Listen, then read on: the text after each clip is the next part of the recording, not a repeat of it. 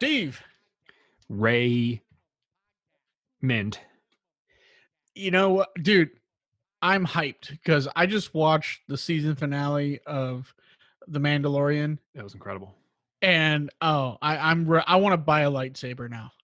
Like You don't already have a lightsaber? I don't, and I really want one. Have you seen that dude that actually made a real life lightsaber? I saw it. Yeah, it was. I mean, I don't know if it. You have to wear like a backpack. It's not like as cool as like the actual lightsabers, but it's pretty cool that he made one. And I don't know if you could buy it. It's probably not for sale. Does it actually cut stuff, or is it just he was like cutting show? like metal panels with it. Oh shit! It's like a real like plasma sword or whatever, but I don't know. It's not as neat looking as the lightsaber. It's not as controlled. Still, that's pretty awesome. So it's pretty badass, dude.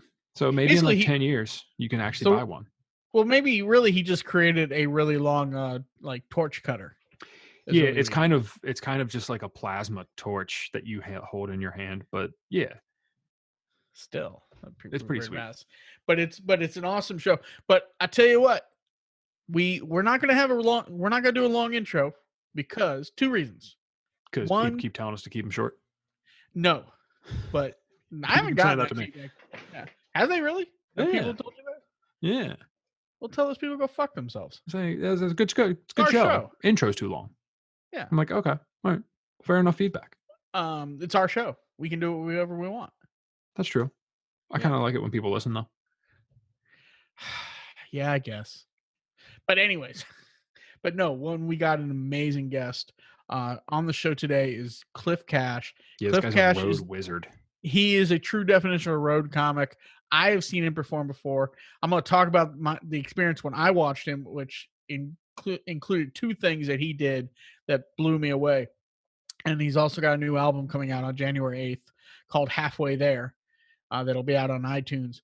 So we're going to talk about that. But once we're done with that, everybody stay tuned to the end of to the end, because then Steve, you and I are going to come back. We got a little special treat. We're going to talk about the season because this is our season finale for season season 2 finale. It has been an incredible season. I can't speak for you, Steve, even though you told me I could at one point, but I can't speak for you, but I can say that this podcast has been one of the high points of 2020 for me. Oh, for sure. Yeah. And we've had some amazing guests. So after we're done talking to Cliff, we're going to come back and we're going to kind of do a recap of 2020 and also maybe give you guys some insights into future plans. You know? Oh, wow. Maybe into season 3 and beyond. So yeah, what's going to happen in the future? I've always wanted to know what's going to happen in the future. Well, we'll talk about that, Steve. That's kind of enticing. We'll give some hints. Offer. Yeah. Wow. Makes you want to stick around and listen. So, without further ado, this is our conversation with the amazing Cliff Cash. Check it out, Cliff Cash. Cliff, how you doing, buddy? Good, man. How are you? Thanks for having me on. Sure. No, thank you for coming on. I'm going to tell you that. So, Steve, I was telling you a little earlier. I met Cliff at a show in Fairfax, Virginia. It was a John Yeager show. Mm-hmm. Shout out to John Yeager. And Cliff was the headliner. I was actually not on the show. I was there to support Pam Arluck, who was on the show. But there were two unique things that came away from that show. First, the microphone. I forget if the microphone didn't work or if someone forgot to bring the microphone. No, they just couldn't get a microphone to work. Yeah. I think there was maybe more than one mic, and for whatever reason we just couldn't get it to work. And It was weird. It was a weird situation, and nothing against John Yeager. John Yeager puts on fantastic shows. It was just a weird fluke thing that for whatever reason the mic wasn't working. So all the comics that came on before Cliff were just yelling out their set, which doesn't really work. Yeah. Cliff comes out, grabs a rock glass from the bar, and starts speaking into the rock glass, and it sounded perfect. Like it just echoed his voice. That's such a cool trick. Yeah, and it was like, hey, science. Is that what it is? Science. I've seen people do that with like red Solo cups when you don't have a speaker, like at a party or whatever, and you play music out of that. But I've never heard of anybody using a rock glass to like perform. I think it was actually a pint glass. Yeah, it was. I remember thinking either he is a genius at sound engineering or this has happened to him before. Like that's kind of where it came from. It actually never happened to me in comedy, but at some point in my life, somebody was like, maybe I was playing music from my cell phone, and somebody was like, put that in that glass, it'll amplify the sound. Yeah. And it did significantly, and I was like, damn, that's really cool. And so that night, I mean, everybody kind of struggled because that's a really weird thing energetically to not have a microphone. You know what I mean? Yeah. Mm-hmm. And I kind of watched everybody like kind of have a hard time with that part, that dynamic of it.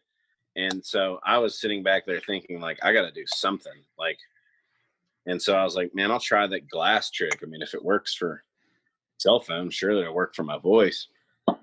And yeah, I thought it was actually a really good show for given the circumstances. It was. Yeah, no, it was a good show. I'll tell you, I'll tell you how many people I've told that story about. Told that story. I know somebody in California, in the desert of California, that during this quarantine wanted to do an outdoor open mic but didn't have any audio equipment, so they brought a tin can. Wow. So, and they were doing the open mic out of a tin. They were speaking into a tin can, and they told me it actually worked great. So you inspired an outdoor open mic, Cliff. I just want you to know that. In Joshua Tree, California. Yeah, Joshua Tree in the desert. Hey, butterfly effect. You just never know what's gonna come from your strange actions. Yeah, I've actually heard Ray tell that story quite a few times. Like he told me right before, and he's told me like 3 or 4 times, and it was nice hearing it again. It's nice to put a face to the action of. Well, I don't think I'd been doing stand-up a year at that point. So when I saw that, I was like, holy fuck, that is awesome. Yeah, that is cool. Like I would have never thought of it. I mean, and I guess I'm just dumb. I mean, to be fair, even though I work for a lab, I know nothing about science. Absolutely nothing. Like it was my worst subject in school. So I never. All I know is what I learned from people like Sarah Palin. Like the Earth is only 800 years old. Yep. Climate science is not real. And 8 million vote difference is just fraud. Yep. Jesus buried the dinosaur bones to trick you. That's right. Yep. That's what I've heard. The best way to hunt moose is from a helicopter. Yeah. Gotcha. Evolution's not real. No, it's not. But trickle down is. I know that for sure. You're in Colorado right now, Cliff? Yeah, I'm in Denver. I actually, so last winter or the year before, I spent the winter in Nicaragua with my girlfriend at the time. We found this really cool little cabana on the beachfront in Nicaragua for $700 a month. I mean, it's like we didn't have any income while we were there, but we had a little bit of savings, and it was like cheaper to live there with no income than it was to live in the States with income. That's kind of sweet. But we went down there and just surfed and ate tacos and hung out. And this other couple was staying at the same place for like a week while we were there. So I'm coming out of the shower at this place, going back to my cabana. And this guy is like standing on the front porch of his cabana, looking out at the ocean. And his whole back is a tattoo, this like colorful kind of like Native American eagle tattoo. Yeah. And so I'm walking by him in just a towel, and all I can see is his back because he's looking out at the water. And I stopped and I just said, "Hey, bro," and he turned around and I said, "I got that same exact tattoo."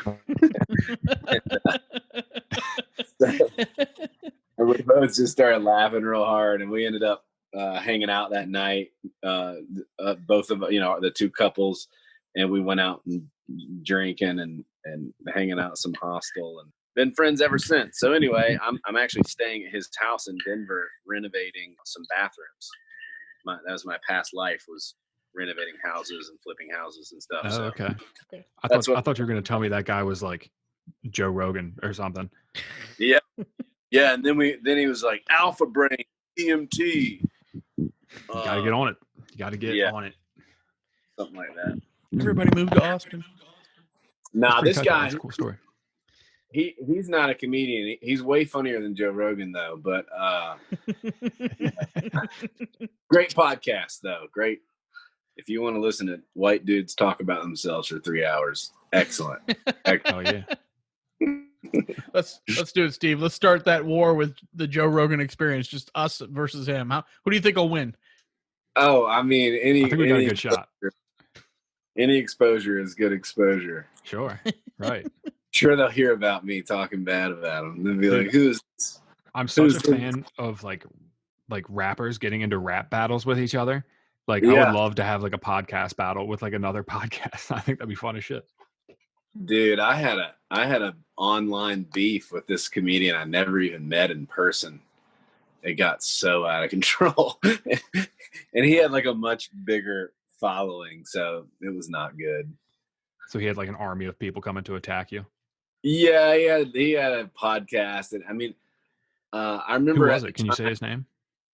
His name is Patrick Melton. His podcast is Nobody Likes Onions, NLO, and he's just a shitty dude. He's just a dick, you know. Yeah, and horrible at naming podcasts. Yeah. And I was doing Comedy Central Up Next, and it was like the semifinals, and the whole time leading up to the semifinals, because we were all using the same hashtags to promote it all, which is like CC Stand Up or whatever they're. And so I would search those hashtags to like check out the other comedians, and his fans, which I kind of think he just created a bunch. I mean, he definitely has fans, but I think he also creates accounts and pretends that he's his own fan. Mm-hmm. It was just all these tweets. It was like, all the other people should go ahead and give up. Patrick Melton's going to win this. It was just like shit. It was that kind of shit, like times 10 every day. It was just obnoxious. And so I came off stage in Boston, and I'm like in the green room, like looking at my phone, and I'm like on Twitter, and it's all his fans just like talking that kind of shit. And I tweeted like, just came off stage, Comedy Central Up Next, Boston. It's been such a fun show. And then one of his account, it was either him or one of his accounts was like, who won? And I was like, none of us won, dude. None of us have enough fake account following. And the dude, just from that, proceeded to like just attack me for like over a month, all day, every day, just incessantly, like spammed me all this like porn emails and signed me up for all Jesus. sites. And I had his fans like sending me awful shit. The kind of stuff you hear about hate mail, journalists getting or whatever, like saying stuff like, I hope you have a daughter one day so I can rape her. Just Jesus. Yeah, Jesus. just awful shit. And I was going to say it's probably like oddly flattering until you said the part about the rape, but that's not. Yeah, it was like some really awful shit like that. And I was like, man, whether you're funny or not, there's something about you that your fans are literally the worst people I've ever experienced on the internet. Like you're the insane clown posse of comedy, evidently. Like it seems like all your fans are like super toxic, like gas station employees. He's just like the king of the trolls. I guess, man. It was so great. Well, first it sounds like him up later. It sounds like he went to the Dan Ninen school for promoting, but you would think you'd have more time to. His time would be better served promoting his career than like trolling you. Dude, he made multiple podcast episodes just about me. Like my name's in the title, and I mean, there was a Facebook group like We Hate Cliff Cat. I mean, it was crazy. It's called No One Likes Onions. Nobody likes onions. Yeah. That's actually, ridiculous. I take it back. Onions. Now it sounds like Scientology. Is he a Scientologist? And you just insulted his religion? You think? He's just a dipshit. And I sent him a long message, and I was like, you know who you are? You're that shitty, like hateful redneck that drives past somebody and yells at them out of the window of your pickup truck with the anonymity of like that you're going past and nobody can hold you accountable. That's who you are. Like you're a bratty kid that was like a shitty whiny kid that like talked back to his mom, and now you're a grown up and you're just like a grown up brat and you're just like a punk. I sent him this long message. I was like, dude, comedy's a small world, and eventually you and I are going to meet, and it's not going to be fun at all. It's gonna be the greatest roast battle of all time. Edit that out. That sounds awesome though. I definitely I want a podcast war with somebody. Yeah, We can work on that.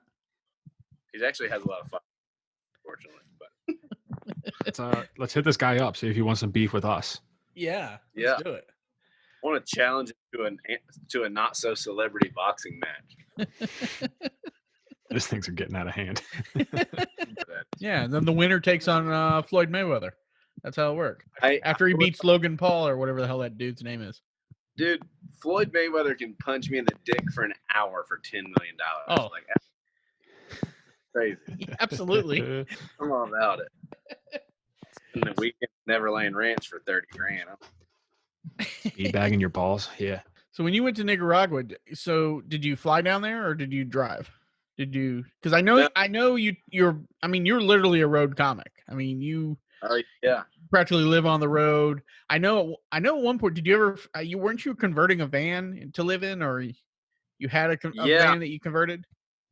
Yeah, I've actually got it with me in Denver, but I'm renovating my buddy. He has three bathrooms, 2.5 bathrooms. And so I'm renovating his bathroom, and he lives alone. So I'm just like staying in the extra bedroom right now. So I'm not living in the van while I'm in Denver, but I that's what I drove out here. And yeah, it's like I still have to do some more stuff to it. I still need to insulate it real well and like run some electronics and stuff. But I've got the bed built and like sink of running water and storage, and so wow, yeah, it's a Sprinter awesome. van, right?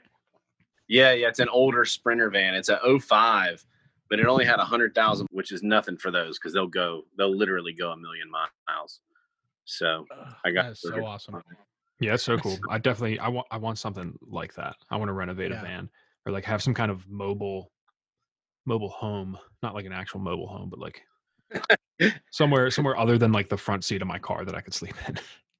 Yeah, totally. Someone told me the Sprinter vans are better than the mobile homes because the problem with the mobile homes is they're hard to park. You can't park them anywhere. And also, if you do it yourself, you can like customize it and make it like whatever you like. You know, you could put up little bookshelves or whatever the hell you're into. I don't know. Yeah, I'm putting a hot tub in there. Yeah, that's what's up. Little swing. We got some disco balls. It's gonna be sharp. Hot tub might splash a little bit if you hit some speed bumps. When are you putting the deck in? That's what I want to know. Right. The upstairs deck. Get the deck, the grill. It's turning out pretty good. It's been a fun thing to like figure out. I actually, before I got the Sprinter van, I toured for I've been touring pretty solidly for several years. I've been doing comedy for 9. I've been touring pretty actively for like 7 and pretty hardcore for about 5. But for about 3 or 3.5 years of that, I was in an older 2004 Mercedes station wagon that I bought for like $4,900, and I put like 200,000 miles on it. But I kept the front seats and I ripped everything out behind it, and I built like a platform bed with storage underneath. Mm-hmm. I had a little 4-inch memory foam mattress back there, and I put like big Yakima luggage boxes on the roof. I actually built an outdoor shower and strapped it to the roof. And I saw 47 states and 45 national parks in that car. Hell yeah! Wow.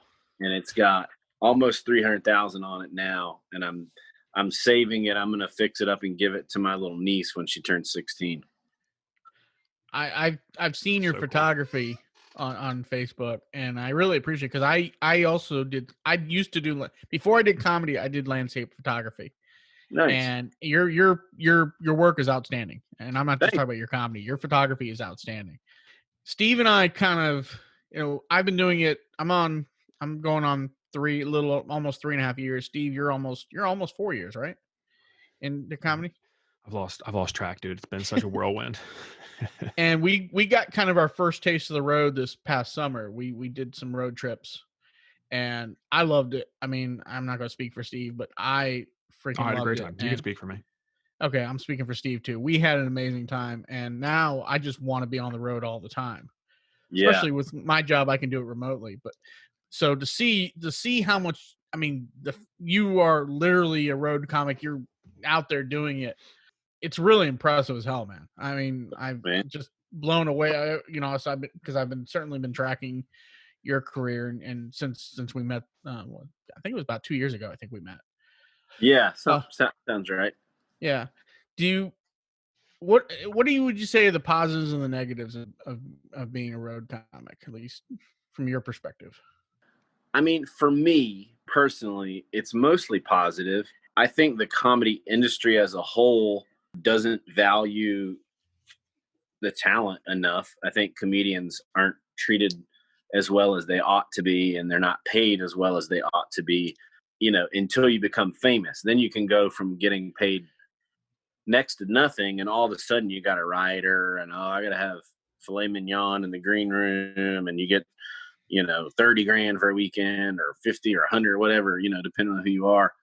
I think the average person, the general public, kind of looks at comedians and just kind of assumes that, like, if you're doing it full time, that you're killing it, and everybody in comedy obviously knows that's not true. But I think the only part I really dislike consistently is just, I'd like to make more money, and not because I'm super into money or that's my number one drive, but it's almost like a dignity thing. It's kind of the American dilemma in general is like, if I'm performing in a $3 million club, I'd like to make more than $600 for the weekend. You know what I mean? It's like, right.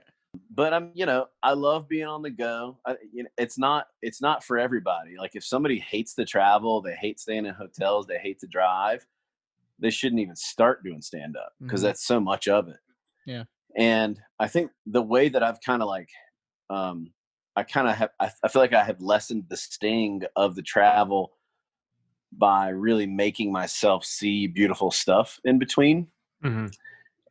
And it's just less redundant and less monotonous if, in between Colorado and California, you're going to see like 3 national parks and hike to some waterfalls. And, you got to really take advantage of the opportunity to travel and see stuff. And if you're not a nature nerd and you don't like national parks, that's fine. But you can go see tourist sites or architecture, or catch some baseball games or concerts, or like whatever you're into. But, essentially, if you're having any success at all as a stand-up comic, you're at least mildly profitable. And so you're getting paid to travel. And so I think so many comics don't fully take advantage of that. They just kind of go to the hotel, they go to Jimmy John's, they go to Starbucks, jerk off a few times, and then show up at the show at 8:00. And like, I'm depressed. I'm like, well, I'd be depressed too if I didn't do anything while I was driving. Go out into the Kansas sun isn't all that cool if you don't, turns out Des Moines is not that amazing of a place if you don't really take advantage of the travel in between. Sure. Yeah, I mean, there's cool stuff you can find to do anywhere if you look hard enough. Totally. I mean, even just seeing the sights, just like driving out on some country roads and seeing all the like old barns and like abandoned buildings that kind of like post-industrial abandoned places. You can look up Atlas Obscura and see like all the cool weird stuff to check out in different cities. And it's like, life is short, man. You gotta soak it in and really try to live. Absolutely. That's definitely how I would want to do it. Like hitting all those spots, going to see some stuff that you can only see in like one particular city, or like, I don't know, maybe breaking into a house. You might never be there again. So why not commit a crime or two, Yeah. Right. Oh, dude, I robbed many houses. I bet. I bet. Well, you got to supplement your income somehow, right? Comedy's not paying, maybe you need a pearl necklace. I'm also a cat burglar. So I've stolen a lot of high-end diamonds and coins from it's wealthy a shame that Republic. career kind of went the way of the dodo, like I feel like that used to be a thing, was cat burglars. Now they're just not around. Yeah, I think that Hudson Hawk movie really put an end to that. It was so bad. No, that movie nearly ended cinema. That movie was pretty bad. I mean, that's such an awful movie. One, not everybody can sell weed on the road. I mean, right. sometimes, there's plenty of weed dealers out there anymore, but it's funny because I mentioned when I did landscape photography, what I used to do is I would go on these 2-3 week long road trips. And I would rarely go to try and find anything in particular. I would just drive until I saw something that caught my eye. Yeah. And so I know what you're saying, and I think that's why I personally just love being on the road. It's just something I want to do, and so that's why I follow guys like you and guys like Adam Gable and other guys who are just what I consider just pure road comics. I think, yeah, I mean, flying places is great, but I think there's something. I think it feels. It's hard the word to explain. I think it feels like more of an accomplishment if you're on the road traveling to these shows, do your time, and then you get right back on that road again. And it feels like I think you have that feel that I'm doing it. I'm doing what I love, and just I think it, especially as comics, we're generally depressed people as it is. So anything that can get us out of the doldrums, I think everybody should shoot for. I know it's certainly I want to. Like Cliff was saying, I know a nice walk in the woods always brightens my day. Well, until you run into Oh a tree. yeah. Go see a turtle or something. You ever been on the road and you stay anywhere dangerous, Cliff? Like somewhere where you're like maybe not like in like a secure area, like dangerous places where you're like sketched Not out to go to really. sleep? Not really. I get asked that a lot because people, I mean, even just like my mom and friends and family and stuff, but because people see me camping, like sleeping in the van or sleeping in an old wagon or just pitching a tent or whatever. And generally, my answer generally is when I'm doing that, I'm out in nature. I'm in a state park, I'm in a national park, I'm in a national forest, with a few exceptions here and there. In my opinion, the best people are in state parks and national parks. And, it's a retired couple with a $300,000 RV, or it's a young family taking their kids hiking, or it's a couple hiking, or it's some buddies getting together to hike or fish or whatever. It's people who like love and respect and appreciate nature. So, I think there's always that like chance that some crazy serial killer is hitchhiking through that part of the country and he's Right. gonna like kill somebody in the campground. But I think you have a better chance of getting struck by lightning. And I mean, I like to think I'm not a soft target. I'm 200-pound bearded man sleeping in a van. Sure, yeah. Most Probably not a people are first like, pick for a serial killer. yeah, Unless like that's their lane, Yeah, he probably doesn't have any knives or weapons. But I've slept, when I was touring in my station wagon, like I said, I had it all like totally outfitted with a bed and everything. I had pretty dark tint on the windows, so you couldn't see in the car unless you like got right up to it and cupped your hands over your eyes. There were times when I would be touring like in the South, and I would just pull into New Orleans and park my car in the French Quarter, take my mountain bike off the roof, like the locking roof rack, ride my mountain bike all around like downtown New Orleans, the French Quarter, and like smoke a little weed, drink some whiskey, go watch some music, eat a po' boy, like get semi-wasted, and then ride my bike back to the car, lock it up on the roof rack, climb in the back of the wagon, and go to sleep. And I'd wake up at like 7:30 the next morning in the French Quarter with like all the hustle and bustle, cars and horse-drawn carriages and people walking past, yelling, and buses and trash trucks and whatever. So, that sounds it sounds like my dream. It's fun, man. And it's, the thing with stand-up comedy is like, until or unless you become a big name in comedy, the only way to make it make sense, if you're not making a ton of money, the only other option is to kind of lower your personal overhead to have a smaller financial footprint yourself. And so for me, a huge part of that was I need a vehicle I can sleep in whenever I want to, whenever I need to, because I'm going to save on all these hotels and all that, and then I always travel with a nice cooler. I always travel with a camp stove, and I try and cook as many of my own meals as I possibly can. I camp for free whenever I can. Yeah. And I've really gotten it like down to a science. Like I'm super frugal, and I can go on a tour for a month. You know, maybe I do like 19 shows in 30 days or something like that. And I can save most of the money, you know, the biggest expense being fuel. Mm-hmm. But even now in my Sprinter van, it gets about 20 miles to the gallon, which is pretty awesome for something you can live in. Hell yeah. So it really works out. I rarely stay in hotels unless it's like freezing cold or really, really pouring rain or both.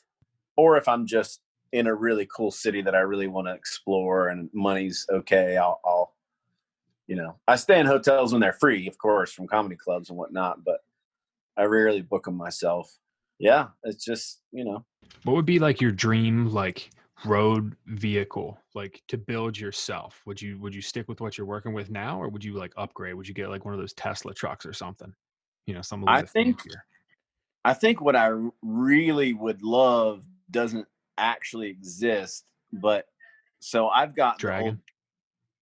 Yeah, exactly. That's what I would take. It's like a limousine school bus party van. I'd ride one of those Tremors from Tremors. The Kevin Bacon movie? Oh yeah, those things would be sweet. You saddle one of those things, you can get from Denver to Dallas in an hour. But you'd be all dirty when you got there. Yeah, you'd be traveling underground. I'm gonna be dirty either way. I actually reference that movie, and like, you know, it's a very clubby bit. It's just like a cheesy kind of like low hanging kind of bit, but it's basically about dick pics.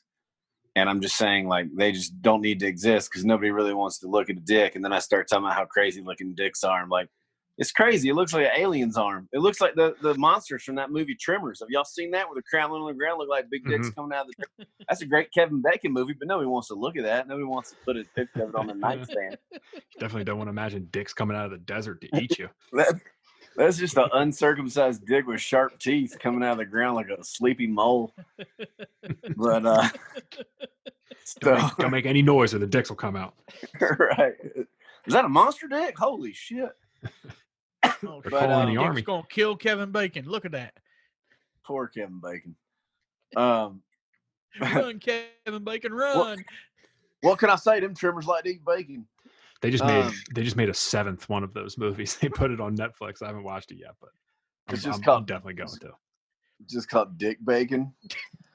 they've changed the monsters so many times. They look like vaginas now. No, really? Now they're just like inverted. It's just there's some kind of like butterfly creature or something. And now the threat is like you just fall into the hole and it's just mad at you all the time. You don't know what you did. It takes your credit card shopping.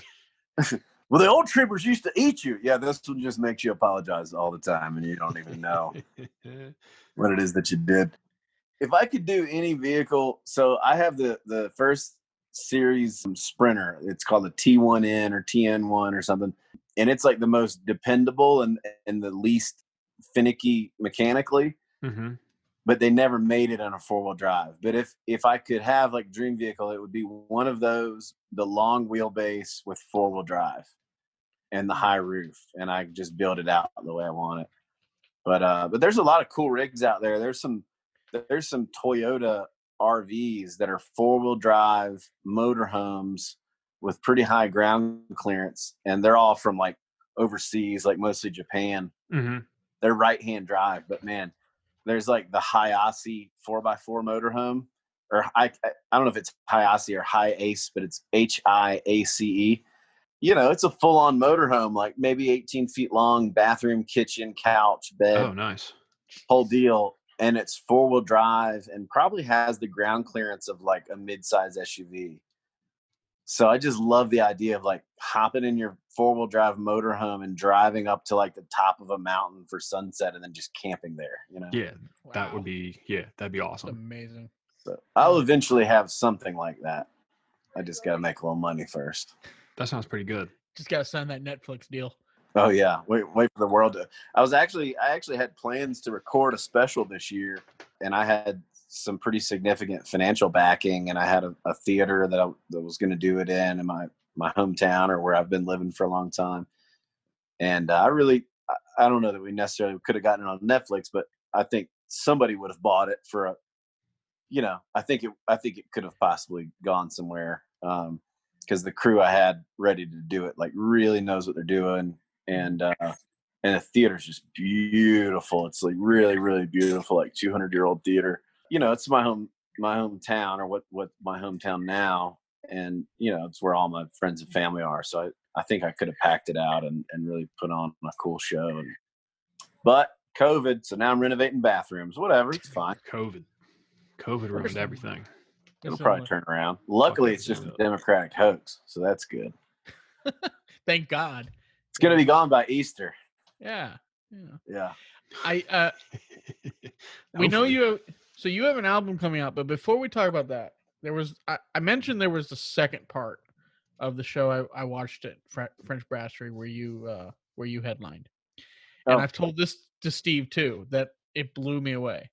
And that's your merchandise sales. Oh yeah.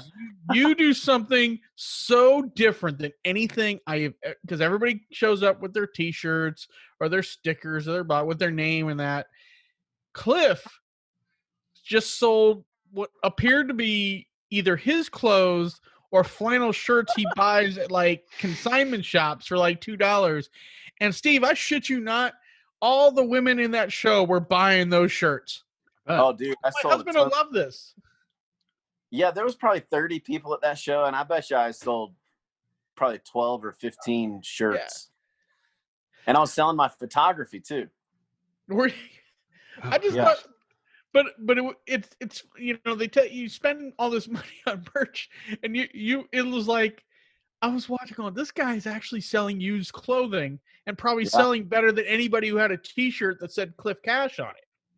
Right. It's not used, it's vintage. Oh, gotcha. Totally different. No, but I hand pick it. I go, so like when I'm touring, a lot of times I'm doing shows maybe like Thursday, Friday, Saturday, or maybe Wednesday through Saturday. So very often I have like Sunday, Monday, Tuesday, or maybe Wednesday off. And then every once in a while, if I'm on a really long tour, there might be a whole week where I don't have work. So I might have like 10 days off. And so, a lot of those days I'll camp and hike and just kind of explore somewhere beautiful. But on the days when it's like really rainy or really ugly weather, I'll go thrifting and I'll just hit like every thrift store in the town. I'll spend the whole day doing it. And so I'll find these like, 1960s Wrangler pearl snaps, old Hawaiians, like old members onlys, just all kinds of stuff that's like real sought after, and people sell that stuff on Etsy and eBay and all that. So it's pretty easy to like look them up and kind of figure what the value of things is. Mm-hmm. And so I'll make sure they don't have holes or missing buttons or whatever. But yeah, I might go on a day like that. If I hit like 6 or 8 thrift stores, I might get like 20 pieces, and just like 50s, 60s, 70s, like flannels, jackets, Western Wranglers, Hawaiians, whatever. And then I'll take them and I'll wash them all and make sure they smell real good, make sure everything's good to go. And then I just kind of like market them through my social media. I actually just sold, the day before yesterday, I mailed 7 shirts and a vintage ski jacket. And it was enough money to pay for my trip home for Christmas to see my family. So, wow. Dude, it sounds like you have the road completely worked out. Yeah.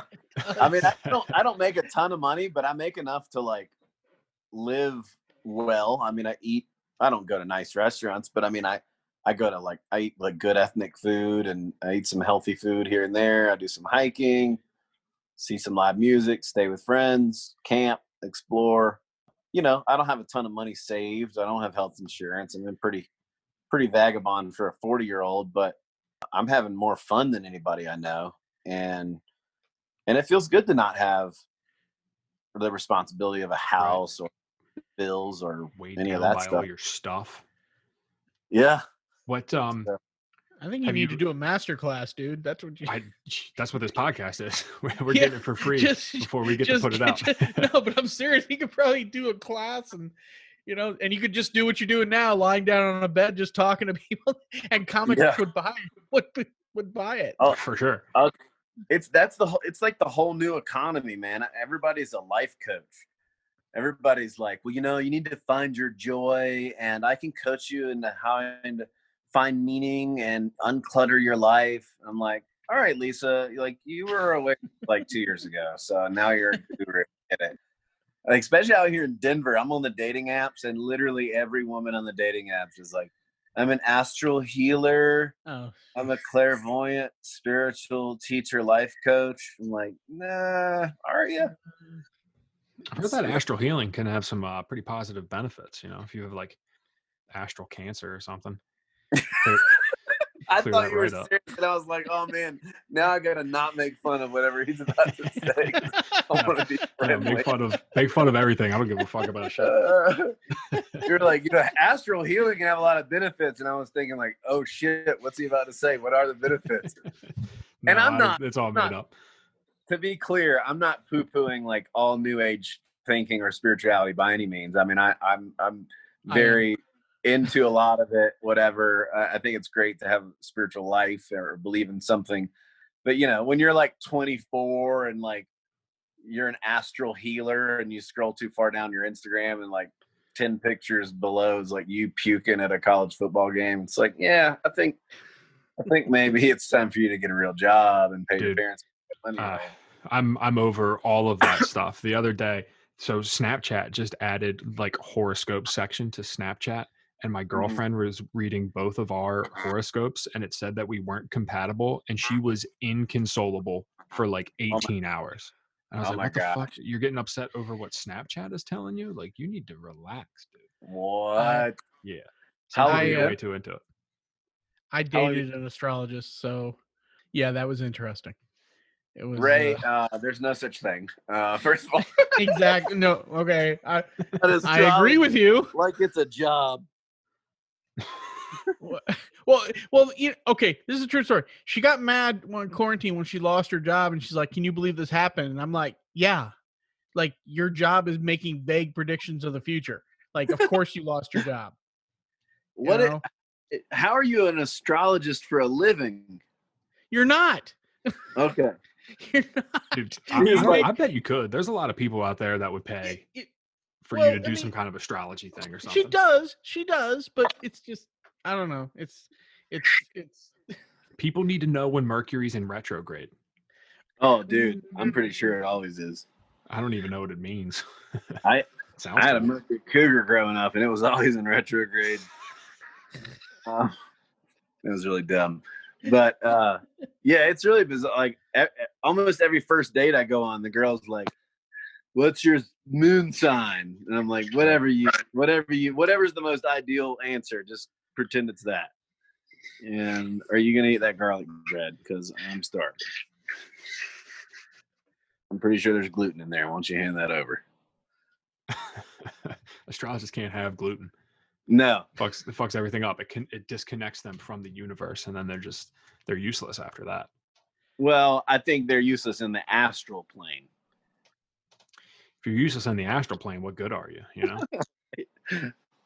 What about the non-astral plane? What are some places that you haven't been to that you want to go to, or like maybe, what am I trying to ask? How do you like figure out where it is that you're going? Is it you've booked shows in advance, or do you just kind of go and find work as you do it? No, I mean, I feel like most shows, unless it can vary a little bit, but most shows, comedy clubs are booking at least 3 months out. It's probably safer to aim for 6. And some stuff you can book like almost a year out, which is kind of crazy. And then I feel like most comedian run shows, most independent shows are probably, at least like 3 months out. Some of the more popular ones that are in demand, that pay well, people really get on those. And sometimes you got to get 6 months heads up. But basically I will sit down with my laptop and I'll have a map of the US. I'll have my laptop, I have my notebook and my calendar. And I'll just treat it like a 9-to-5 job for a whole week, all day, every day for a week. I'll email bookers, email clubs, reach out to comics. And I kind of go, okay, it's January, I definitely don't want to be in New Hampshire or Michigan or Washington State. So maybe in January, I try and do as much as I can in Florida. You know, in Florida, despite all its many challenges as a state, there's a lot of large and medium-sized cities there. So there's just a ton of comedy clubs, and some of them are like, you know, old crowds, and it's not ideal or whatever. But you know, I try and go. I try and do the Key West Comedy Club either in the fall or winter every year, and then I just kind of route it where, like, okay, maybe that's the anchor for the Florida run, since that's as far south as we can go. So on my way down, I'll leave North Carolina, where it's kind of like my home base, coastal North Carolina, and I'll go, okay, I can hit Charleston, Savannah, Jacksonville, Orlando, and I'll kind of just work my way all the way down to Key West. And so, you know, a lot of times you're doing those gigs in sort of in geographical order to the best of your ability. Mm-hmm. But occasionally somebody goes, man, I can definitely get you a $300 gig in Orlando, but it would be the week after that. So then you're like going from Jacksonville to Miami, back to Orlando, back to Miami or Fort Lauderdale, then down to the Keys, then back up. But I try really hard to map it out in as sensible a way as possible. Sometimes I'll post my tour dates and people will be like, well, that doesn't make sense. You should have done those in reverse order. I'm like, yeah, I should just call these clubs and tell them, like, well, no, reschedule for me. Right, reschedule. Yeah, yeah. I know you have some comedy superstar the previous weekend. Can you ask to move him? Because this schedule's not working for this guy on Facebook. Yeah, it's gonna cost me an extra $8 in fuel. Can you tell he's getting upset. Sit this one out. Dude, that's cool. So you plan out like the whole year in like a week? No, I would say I do a week or two of hard work like that. Maybe 3 or 4 times a year. I mean, you're always kind of like, always booking something. But when I'm doing a big tour, I sit down and try and do as much of it as I can at once. And so, like, I've done a tour that was 5.5 months, where I literally didn't go back home for 5.5 months. You know, so great. Yeah, so amazing. So again, I would start in North Carolina. I would head south. Then I make it to Florida. Then I fly over. I do 2 weeks in the Bahamas. I fly back to Florida, maybe do 3 weeks of shows in Florida. Then I'm going to Louisiana. Then I'm in Texas. Then I'm in New Mexico, Arizona, Southern California. Do a week of shows in LA just in case somebody gives a shit and make no money and whatever.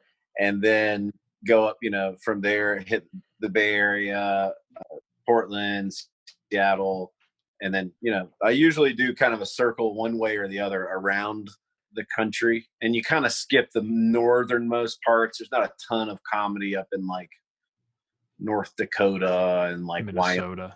Mm-hmm. Yeah. I mean, Minnesota is a little bit, you know, like Wisconsin's got like Madison. Wisconsin's got Milwaukee and Madison.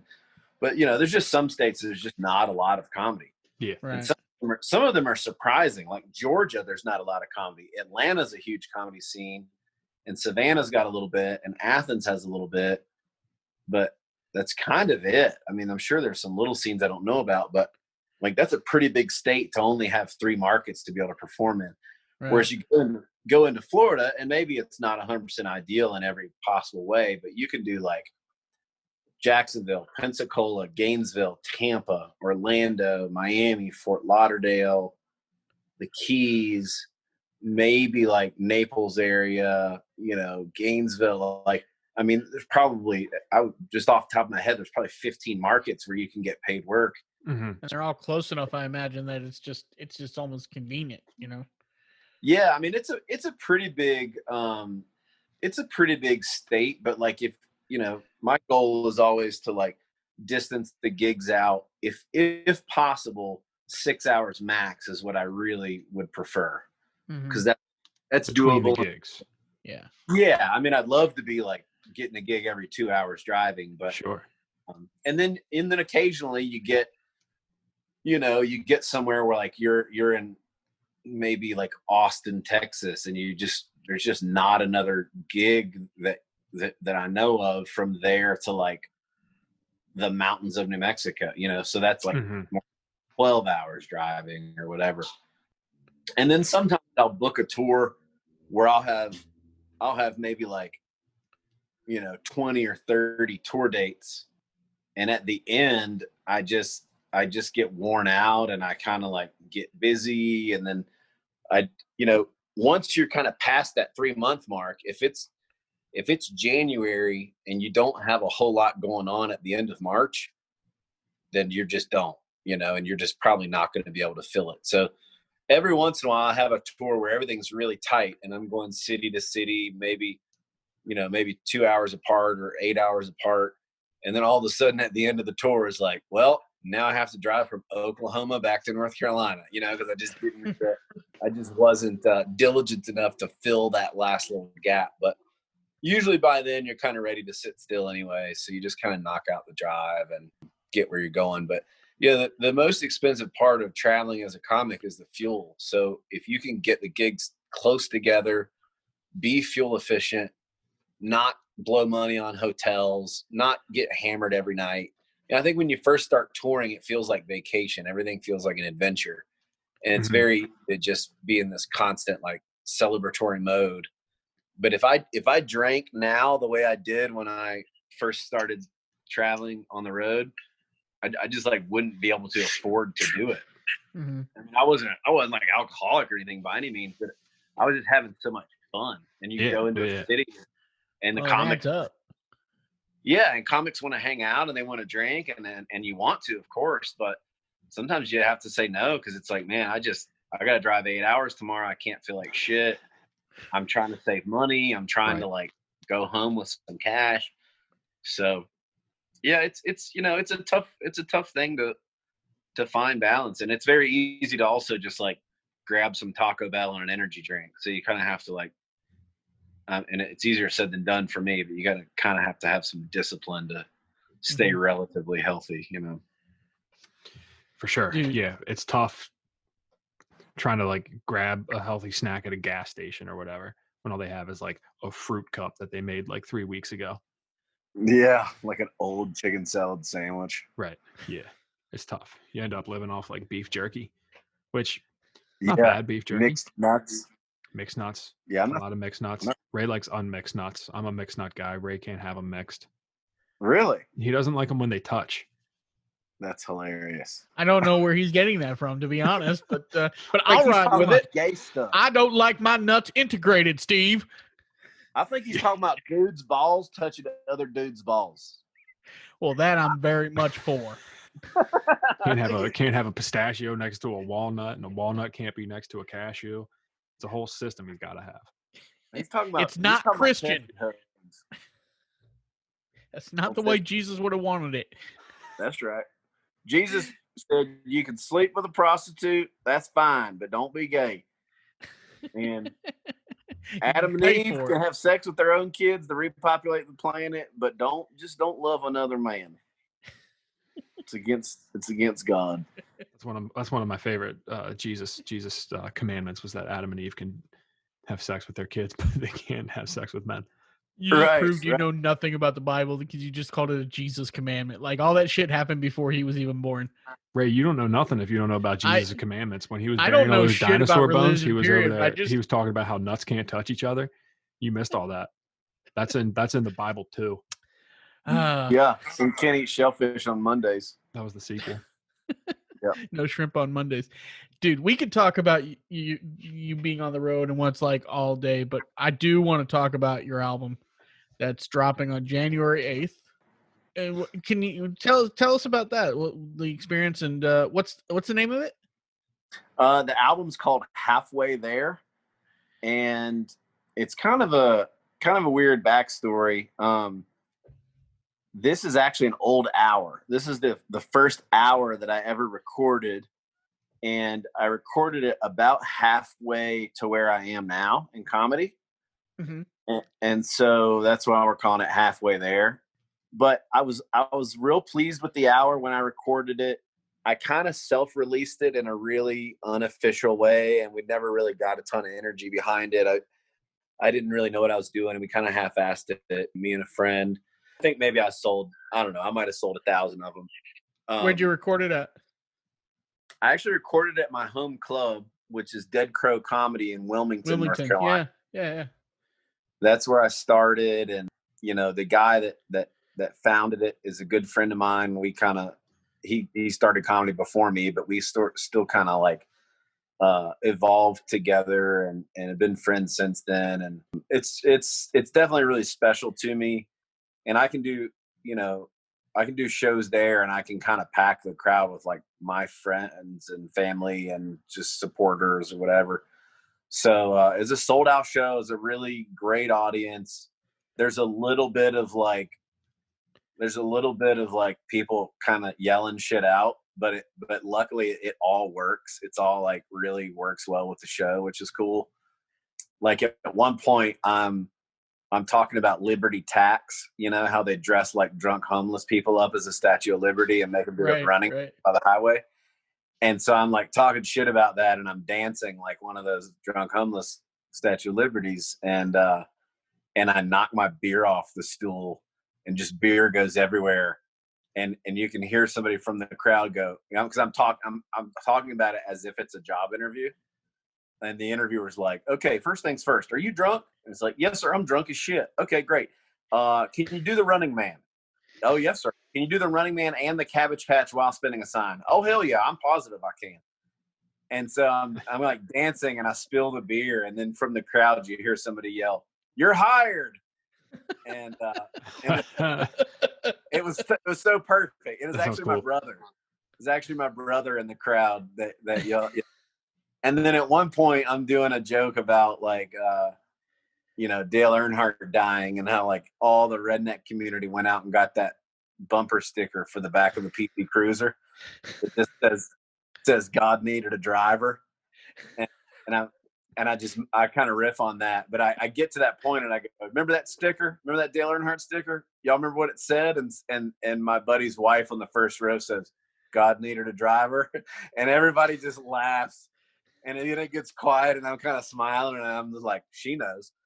And so there's like some moments like that, and to me it all almost kind of like makes it like more special, because I'm performing for this group of people who like know me pretty intimately and like know the material and keep coming out. I mean, some of my friends have literally seen me like 50 times, Oh wow. And I'm flattered that they keep coming. But it's a pretty solid hour. It's pretty much all material I don't really do anymore, maybe with a couple exceptions.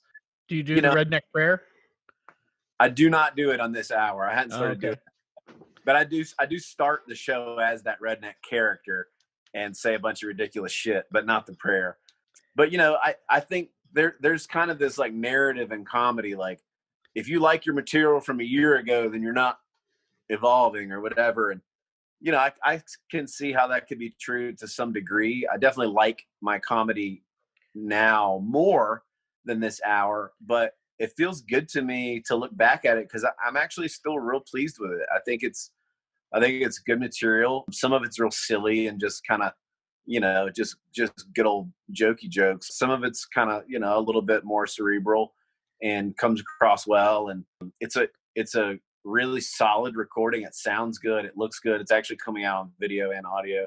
And I'm just thrilled to be releasing it through this label. I mean, Stand Up Records is like, they've done albums for Mark Maron, Patton Oswalt, Maria Bamford, Doug Stanhope, Hannibal Buress, and a lot of really, those are the biggest names, but also just a ton of comics that are kind of the rung, a rung below that as far as notoriety that are incredible comics. Mm-hmm.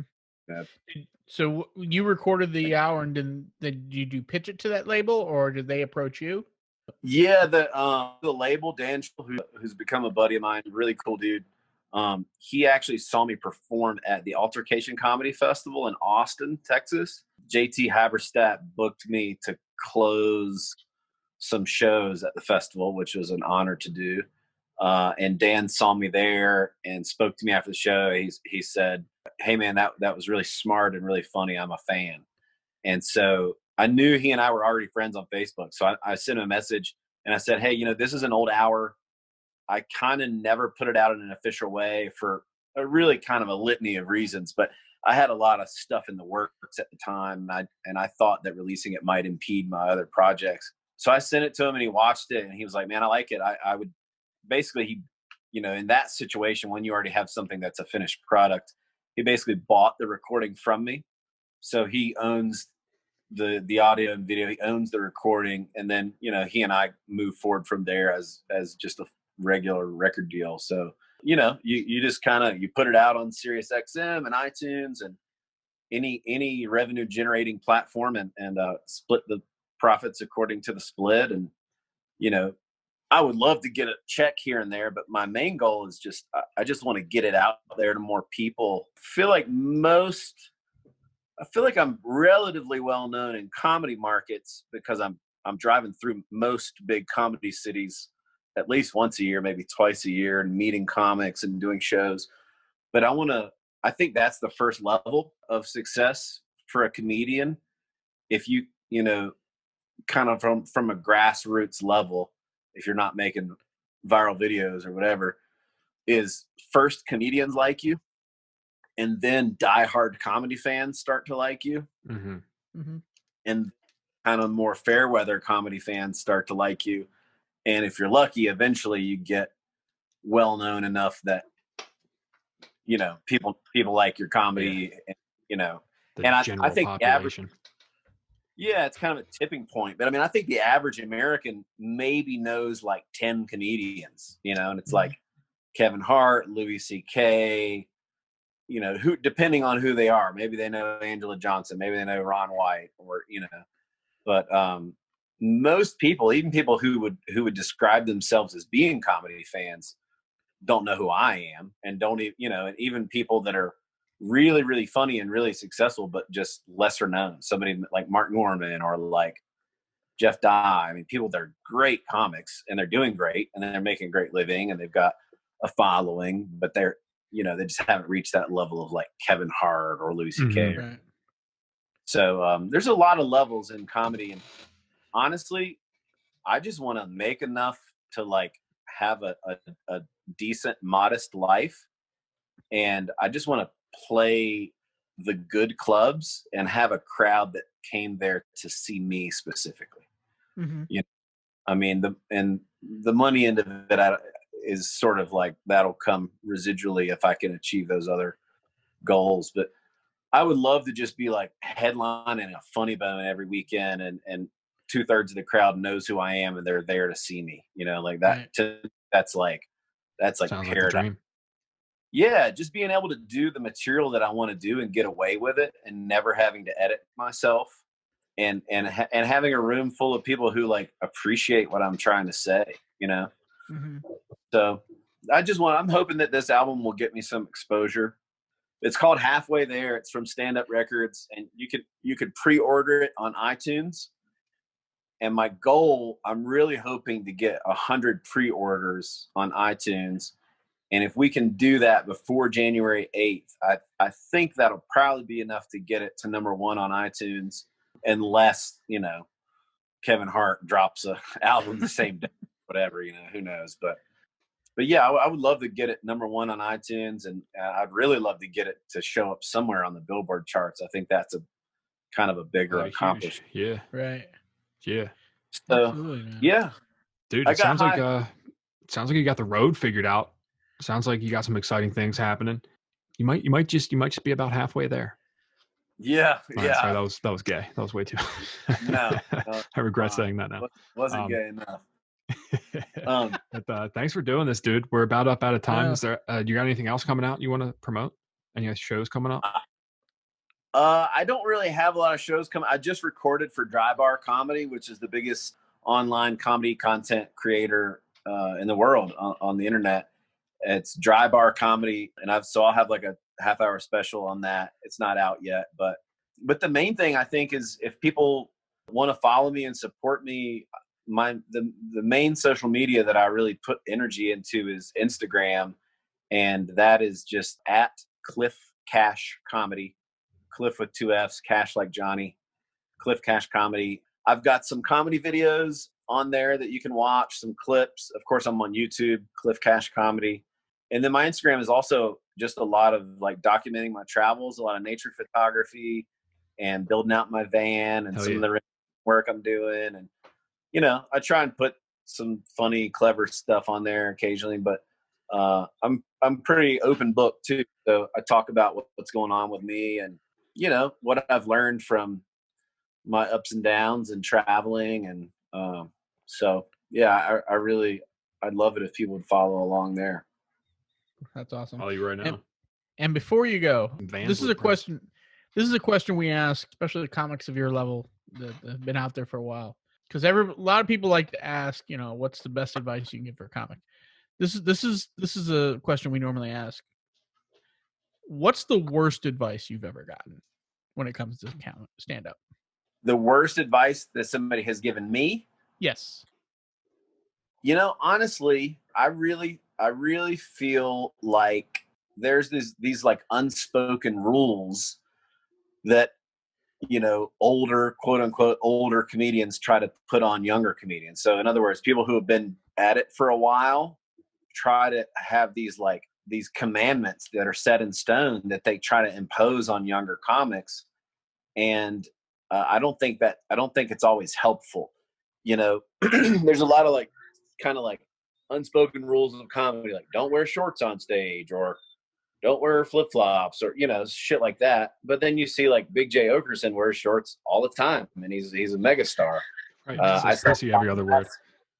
I saw Todd Glass sell out 4 shows wearing shorts, you know, so like that's not a rule. First, you know, and I can go through the whole list and give examples, but I remember, I mean, you can tell by talking to me that I'm superfluous.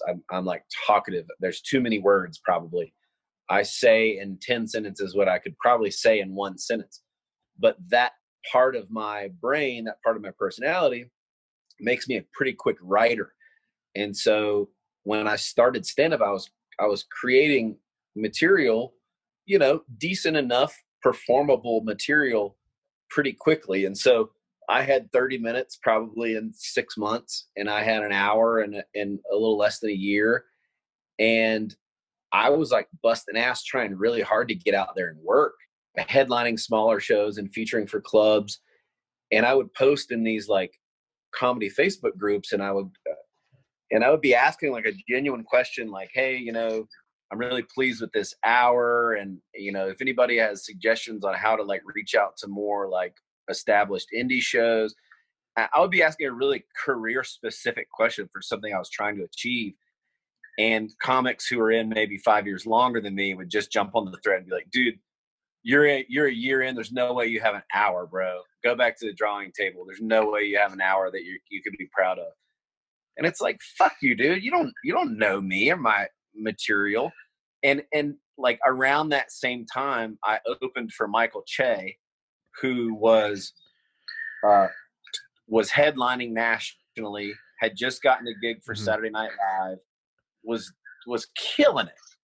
And we're in the green room talking, and I think I was like a year and a half in, and I was like, how long have you been at it? And he's like 2.5 years. And I was like, so here's this guy, he's 2.5 years in, and he's on SNL and headlining nationally the best clubs, and I want this like comedian from this mid-market city to come tell Michael J. there's no way he's got an hour. There's no way you have an hour unless you're 4 years and 12 days in. You know, it's just all these kind of asinine, arbitrary, like. Right. And was that guy's name Patrick Melton? Yeah, fuck that guy. It was actually one of his fake accounts that said that. No, but I just think that's so unhelpful. And I think it's really unhelpful that comedians spend way too much time tearing each other down. And if somebody's a bigot or a racist or homophobe or transphobe or whatever, then fucking please tear them down all you possibly can. But just in general, like, be kind, man. Just be kind to other comics. Like, just because it took you 5 years to get an hour, it doesn't mean it's going to take this other comic can't come up with a decent hour in a year. Sure. There are no rules. There is no set formula, or I would have tried to learn it by now.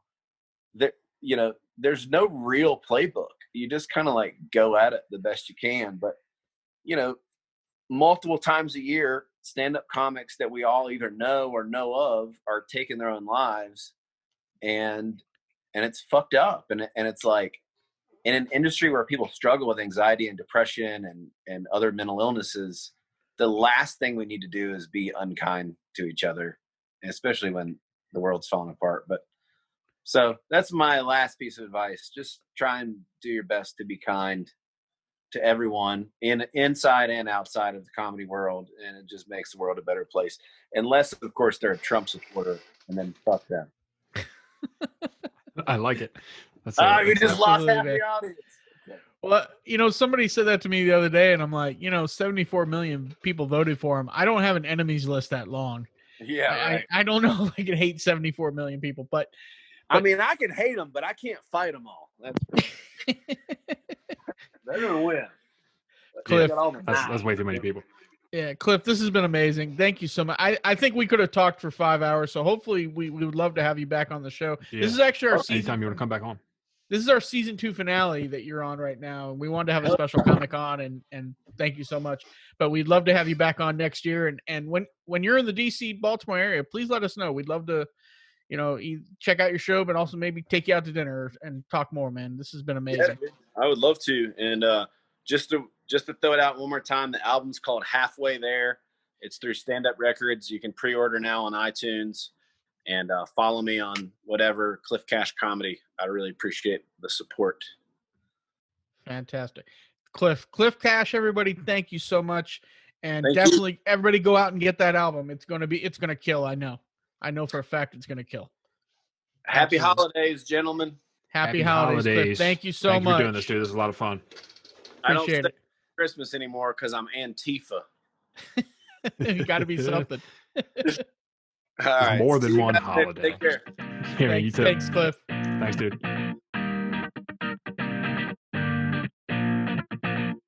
Ooh, what a hot pod that was. Yes, we are back.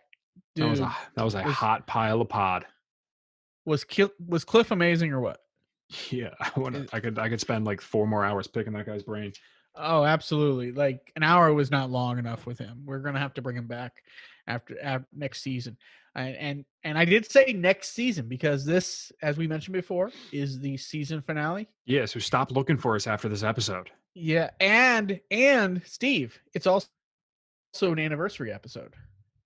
Oh, this is our 50th episode of 2 Joke Minimum. Oh my God, is it really? Yeah. I didn't know that. Yes.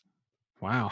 Yeah. What started off? We started off in let's at the staging episodes? area at DC. 50 episodes. Oh my God! If you count the, we did. If you add the 2 two seasons together, ones. Right. Yes. Yeah. If you add the 2 seasons together, yeah. Okay. This season we did this is our 35th episode for the season, but wow. But we did 15 in season 1, and this is our 35th. So 35 plus 15 is 50.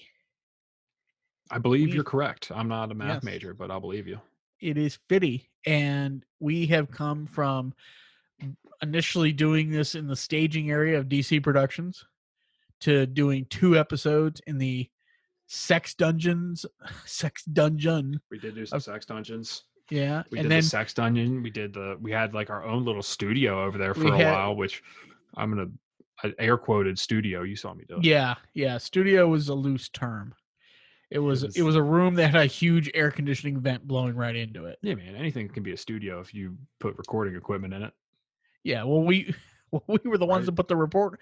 The only thing we used from Daryl's is he did give us a mixing board, but everything else eventually we replaced because but that mixing board was always sticky. Do you remember the time we walked in there? Well, forget there. First, there was with the episode with Devine Kerr. I don't know if we talked about it then, but we were actually locked out because somebody else in the building hadn't paid their rent. Yeah. So he locked us out. Right. Yes. So we had to track him down, Daryl Klein down to let us in. And then when we got in there, if you remember, they had some kind of water leak and and instead of moving our equipment out of the leak, they left all our equipment underneath the leak. I do remember that, and everything, all the chairs and shit were wet. Yeah, Yeah. I remember that. So what Ray is saying is that it's not always glamorous doing these podcasts. No. And then after our last episode, which was drinking stories in season 1, I you like that one. you went back to school. I did, and I graduated this time. He graduated, congratulations, and Thank got you. himself a new job, which I don't know if he wants to talk about, but We don't let's need just to- say he has a new job. we don't need to talk about that. I don't want to talk about. Didn't say you were happy about it. I'm just saying you. I'm not happy about it. I just don't. I don't know. Yeah. But we went from that, and then come March, we weren't sure when we were going to start back up again because you were still in school. Mm-hmm. And then come March, It was all ambiguous. something- It was up in the air. yeah, something amazing happened. A world pandemic went out, and everybody had to stay home. And we were like, you know what? Let's start the podcast back up. Make hay when the sun shines. It worked for Andrew Absolutely. Schultz. He capitalized on the pandemic. He put out his little YouTube videos, and now he's got a Netflix series, dude. Guess what? We're next in line. Absolutely. I hope so. That would be Yeah. awesome. We're gonna do this show on Netflix. Let's do it. Let's just sign that deal because they'll sign anybody. Yeah. I feel like anybody can get a Netflix deal. Right. Yeah. Yeah. And then as soon as you do, you're number 1 on Netflix for a week, and then no one ever watches your show again. Yeah. But we started back up. Our first episode was with good friend Sam Cobb, Yep. Yes, it was. and Young and Samuel. it's amazing. Well, it's amazing how far we've come since then. Because you remember we did that first episode we did of this season on Skype, Yes. and everything audio wise sounded kind of raggedy. I mean, credit to you, Steve. You did everything you could to try and make those episodes sound good. I did what I could. I've learned a lot this season, like not just about talking into a microphone, but about like what happens afterwards and like trying to make it sound good. And Mhm. what I learned was that I'm not really that great of a podcast producer. I would I'm pretty disagree. mediocre. Like I would I can, disagree. I have limits to my abilities. Well, maybe when we started the season, I was way more Yeah. mediocre than I am now. I've gotten better. Absolutely. Well, we spent some money and we upgraded our equipment. That's Yep, why we that helps a sound lot. better. Really, I think since July or so, I think every one of our episodes has sounded fantastic. Yeah, And that's a especially since credit we got to that you. new intro. Yes, absolutely. Which I whipped that bad Steve boy up. produced. I did. You I know, kind of like and it with too. It's fun. did we ever tell the story? Have we told the story on air about the? There's a part of the intro song where someone yells, "You guys are garbage." Did you You're ever garbage. tell You're that going story? nowhere. Yeah, that's so. I cherish that recording. I have it saved like 20 times on like multiple different sources because I just think it's awesome because it was the first podcast that I ever tried to do.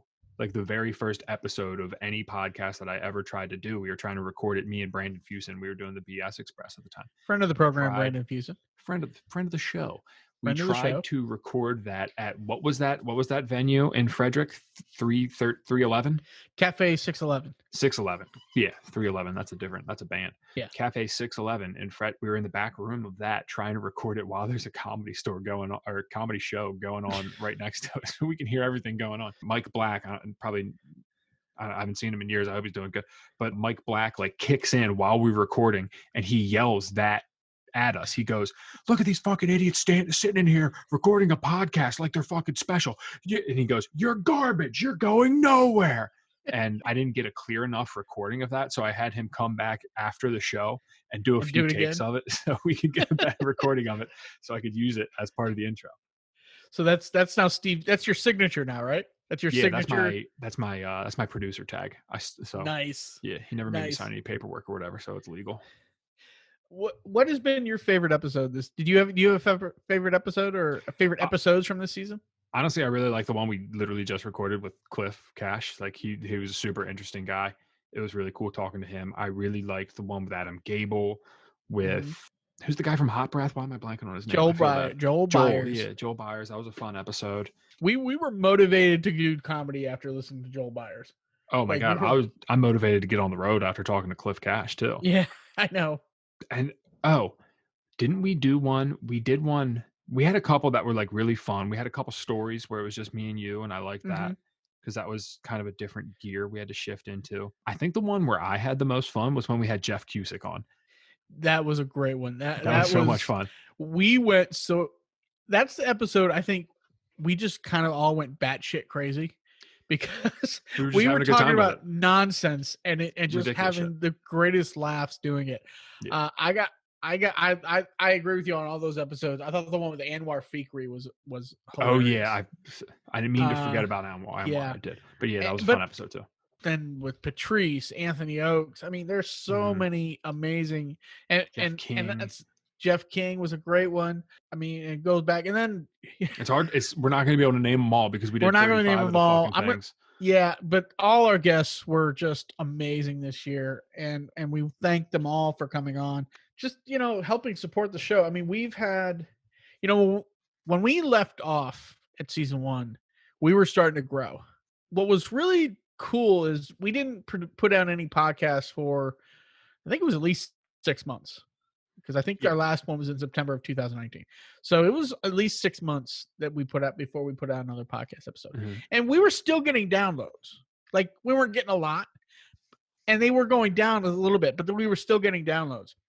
When we started back up in March, the downloads still weren't really growing. But at one point, and it was probably a month or two in, the amount of downloads just started growing.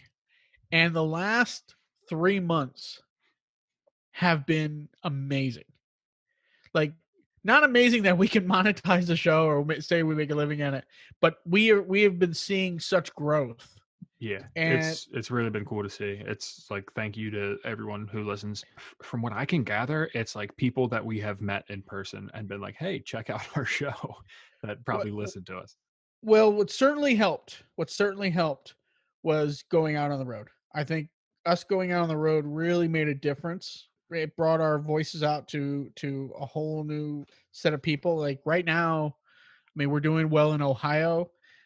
Heck, we're doing well in a place that we've never even been to, and that is Iowa. Like, we have so many. We've been doing really well in Iowa. We're big in Iowa, dude. That's just what it Yeah. is. They like us in Iowa. Maybe we should get some dates going on over there whenever we can do that again. Get some Iowan shows.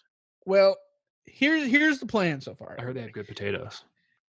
Going forward, we've mentioned there will be a season 3. I think we're going to take about a month off. Maybe Figure some 4 to stuff 6 out. weeks. I think we're gonna have some production meetings. We're gonna talk about how we can make the show better for y'all, the listeners. Mm-hmm. If anybody has any feedback, anything they want to hear, anything they want from us, any guest they want us to have on, absolutely, please hit any us up. suggestions, any feedback would be great. It's just, go to our website at what people are thinking. 2jokeminumpodcast.com. You can send us a message there, or you can email us at, was it 2joke? What's the email address, Steve? 2jokeminimum.podcast@gmail.com. Okay, same as the web address, and you can access the email address from our website as well. We would love to hear from everybody. We would love to hear what you liked, what you didn't like. And season 3, now currently we're doing this over Zoom. Yep. Ideally, we would love to get back in studio. Would love it. Because there are benefits to Zoom. Like, one of the benefits to Zoom is that we can talk to people who are out of state, like Cliff, like Adam. You can have a Gator, conversation with a guy in Colorado. Right. But there's something a lot of fun about having people in studio, especially when with local comics or comics that we're good friends with. We can have far more fun. Yeah, it's easier to get to know people. It's easier to understand their like timing. Like, one of the things that I always have trouble with when we're having these Zoom conversations is like, I'll start to talk and then like it's always like everyone else starts to talk at the same time. Have you noticed that? It's like hard to figure out people's timing over these things. When we first started, we were constantly doing that. I think we've gotten better nonstop. Yeah, for sure. Because I think you and I have kind of figured out when one's about to speak. Mm-hmm. It's a little more difficult for the guest, I think, than us. Especially if we have guests that we don't know very well or we don't hang out with very well. But that's certainly an issue with doing it over Zoom. Whereas when you're live with each other, it's a little more conversational. So you're not having that as much. For sure. So we are looking for a place to kind of call home for our studio. If anybody knows of any locations or any place looking to set something up like that, including working with other podcasts. If there are other podcasts that want to go in and kind of build out a studio, hit us up. We have plans. I'm not gonna go into all of it. Well, we have plans. And we have plans for season 3. We have plans for us as far as stand up. We are going back on the road. It's going to happen. We don't know exactly when because we're kind of waiting to see what happens with this pandemic. But the next time we go on the road, it's going to be longer than just a weekend or a couple days. Huge. Yeah. We have, you know what I'd love to do, Steve? I would love to do a live podcast from a restaurant or a bar, when they open back up. Sure. I'd love to do it from a comedy show, like after, Sure. Something we can do. There's a lot of different things we can do. One thing too we've discussed is, and we don't know when we'd be able to do this, but we have talked about trying to do this live. Mm-hmm. Trying to do this live, whether over YouTube, Facebook, Twitch, whatever. We've resisted that. But yeah, well, yeah. The hope is that eventually we do get to that point. Yes. But thank you to everyone that's been downloading and listening to our podcast. Yeah, really, it really means a lot. Really, I think it's grown even more than we expected. Yeah. And we just want to keep that going. And we're gonna try and keep bringing you great guests. I think my one regret for this season is, and it was not for lack of trying, but we were not able to get our good friend Kurt Ryan on an episode, and we just messed up because we recorded 2 with him, and neither one. It was just, it wasn't in the books. It wasn't meant to be. The technology wouldn't allow for it. Like it literally just deleted itself or just wouldn't record. Or it was a whole mess. Yeah. So I mean, it's kind of, that's kind of a backdoor of some of the issues we did have to deal with. We actually recorded 4 additional podcasts this year that for whatever reason we were unable to put out. 4? It was 4 because 2 with Kurt, one with Tom Myers, and who else? And Danny Hux. Oh, that's right, the Danny Hux. Okay. Yeah. The podcast that never happened. Yeah. So, and it's a shame, we would have loved to have been able to get those episodes out, but it wasn't in the cards. But we will work on trying to have those guys back in season 3, along with other. I mean, I actually have a whole list of people that we want to have on the show, and we've had people approach us about being on the show. We just couldn't get everybody on this year, but we will certainly. If you've asked to be on the show, we have not forgotten you. Just things just didn't work out, but we will continue to work. We got a whole 2021. Hopefully, we'll be able to put a lot more stuff out there and do it in different ways. We got to do it over Zoom. We can do it over Zoom. We know how to do that now. Yeah. We've worked out a lot of the kinks this year. If we do get to be in studio again, that would be awesome to be able to work in person again. We're just going to keep making stuff happen. Keep grinding. Stay tuned. Check out our social media pages, our website. We'll be announcing when our first episode of season 3 will be coming out. I'm going to guess February, but we'll see. Sure, for February. We can have a production meeting. Yeah, we'll figure it out, and then we'll announce it. We'll announce it on our website. And in the meantime, thank you again to everybody. Thank you to all our guests. I would love to name them. Thank everybody. Thank everybody that's come on the show. Thank everybody that's listened. We just love you all so much. I just want you all to know that we love you all. Here we go. I got the full list. So this is everybody that was on the show. You have a whole list of 35 people? I have the list. So we have Will Abels, Ashley Pontius, Brandon Hoot Fusen, Mike Moran, Casey Bauer, Davion Williams, Marlenus McMahon Perk, Anthony Wright, Jeff Cusick, Tate Griffin. Oh, Tate Griffin, yeah. Stephen Baxley twice. Oh, yeah. By the way, Tate Griffin is working on something for us, too, that we think is pretty cool. Ooh, I'm excited about that. Yeah. And I've been talking with him, and we're hoping to reveal that before. I don't know. I think we should wait. We should wait and reveal that when we come back with new episodes. Yeah, definitely. Leave them wanting more, Ray. Always leave wanting more. But we'll be coming out with that soon. Oya Diaz, Patrice DeVoe, Parker Brown, Sam Cobb twice. Cobb.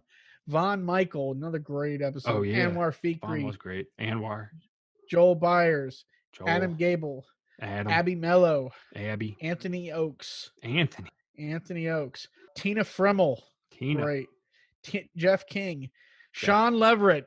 Go Sean. buy fudge from Divine Fudge. I actually just ordered some fudge from him. Dude, I don't even like fudge, but that stuff was fantastic. It's so good. I'm just taking it to like, holiday events. Oh my God. Michael Such good fudge. Copenhaver, Eric Asker, Quentin Hardy, Leo Konopka, Leo. and of course, the amazing Cliff Cash that we had on today. Thank you all for gracing us with your presence. You guys were amazing. Thank you, everybody. And Steve Tracy, thank you. Thank you. And you know what? Let's give another thank you to Kate Castillo. Why are we thanking her? Because she's for been giving me pretty stuff awesome to talk dude. about. She's been pretty awesome. I'm not saying who she is. I'm just saying Kate Castillo has been pretty awesome. Yeah. She's our number one listener. She's our number one listener. She's our number one fan. I think I'm her favorite. Yeah, she says that all the time. She was like, Ray's so much cooler than you. I'm like, yeah, I know that. Wait, does she? Keep going. Does she say that in bed? Just out of curiosity. Yeah, a lot of times when we're making love, she'll look me in the eye and say, "I wish you were Ray." She would be able to know the difference. She'd be saying, "Did you get heavier, Steve?" She says it all the time. She says it when Look, I'm cooking her breakfast. She says it while we're driving in the car. She'll just rant. You know what? I wish you were Ray. That's just what I wish. She is one of only one women who say that. Well, we also got to thank you there, bud, because you're the one that gave birth to this podcast as a concept. You fund it with your hard-earned living that you earn through working a job. Money. Yeah, because it sure as hell isn't through stand-up. You made our website. You promote all of our stuff. You do a lot of work for the show. Yeah, well, thank you, and thank you for everything you do. And I'm really excited for the future and what's going on. And should we get hats? We should definitely get hats. We're gonna get them out with merch. I think hats would be cool. I mean, I'll go to the consignment shops and get some flannel shirts. No, I'm not gonna steal Cliff's idea, but yeah, we definitely need merch, especially now that we have a website. I hope to be able to get the website to a point where we can sell merch as well. So, yeah, and I think incredible. I think I found a way to do it. So, and it would benefit us. So, because certainly, folks, it's not cheap to do this. So, if we can make some money and offset our costs, sure. Yeah, let's try to sell some hats, maybe a couple T-shirts. I'm ready to put just like a donate button on our website. So sure, please donate. We could also put up a Patreon or something. There's a whole fuck ton of things we got to talk about in this production meeting. I keep alluding to. And I think we should wrap it up from here. But it's been a hell of a year. Absolutely. Thank you all for a great 50 episodes, and can't wait to talk to you when we hit 100. For that, everybody listening, please have a happy holidays. Steve, you have an amazing holiday, please. Same to you. That is another one in the can. That is a season in the can, is it not, Steve? That's the last one of 2020 in the can. Fantastic. Thank you all. Such a can full of 2020. It's not a can you want to open. One last thing. Please rate us on iTunes and all these. Please give us ratings. Comments. We really need that because that's another way we can grow a show. No idea how it works, but that's apparently how it does. Well, it gives us some feedback. If somebody says, hey, 5 stars, great job, fellas. That's nice. That's really great to hear. Love that. Yeah. But if somebody says, hey, 3 stars, I don't like it when you guys breathe heavy into the microphone. It makes me feel weird in my pants. That's also helpful feedback. Didn't work. I got this filter on. It doesn't work as well. But yeah, absolutely. We need definitely to help grow the show. We need you all to, provide those ratings go to iTunes, I think you can do it on Spotify, anywhere, but definitely rate us and provide comments. That would really benefit us a lot. But in the meantime, we will talk to you again in 2021. So for everyone, this is 2 Joke Minimum Podcast. Thank you all for listening, and we will talk to you soon. Bye. Bye-bye. Thank you very much for listening to the 2 Joke Minimum Podcast. Please don't forget to like, share, and subscribe.